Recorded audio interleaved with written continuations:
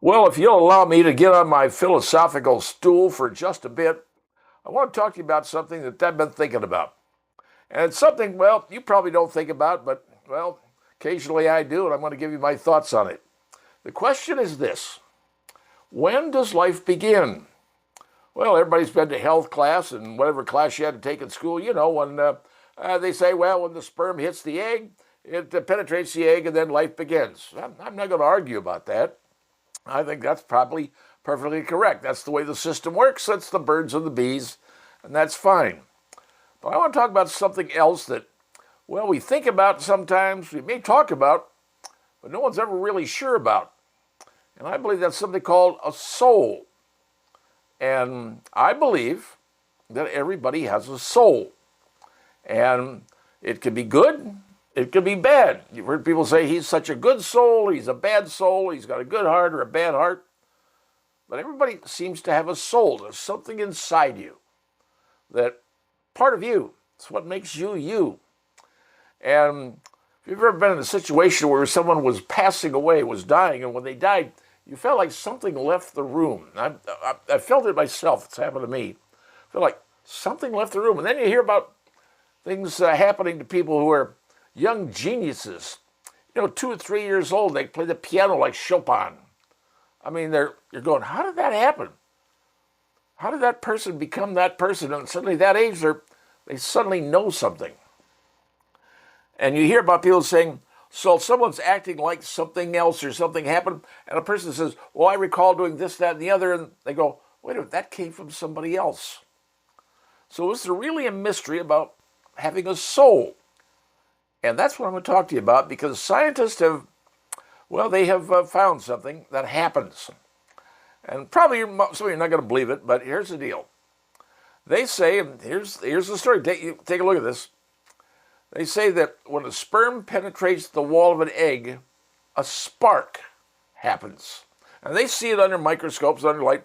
It's not like a giant spark that you see, like Halloween or 4th of July or whatever it is. But they see it under a microscope, and they see it under certain lights. There's a spark. And they say, well, it's a chemical reaction. It's a zinc. And it's a zinc reaction. It's kind of like a little flash bulb that goes off. All right, fine. That's what they want to say. That's fine. But I'm thinking, is it the spark? Is it the spark of life? I'll think about that. Because that's when life begins. When that little sperm thing, goes into that egg, bang, life begins. But is that also that spark? Is that also the moment that cell gets its soul? Don't know. I'm not here to be a pastor, a priest, or anything else. I'm just telling you what I think, what I feel. And I believe that spark that happens, that the scientists have discovered when that sperm enters that egg, as the scientists say, it's a chemical reaction. It's zinc. Okay, fine. But I happen to believe that's when you get your soul. It could be a good soul, it could be a bad soul, I don't know. Maybe there's a certain number of souls out there, and when you die, it goes into somebody else. Being recycled soul. Who knows? I don't understand that. It's not my job to understand it. But everybody turns out in a certain way. They're good, they're bad, they're whatever.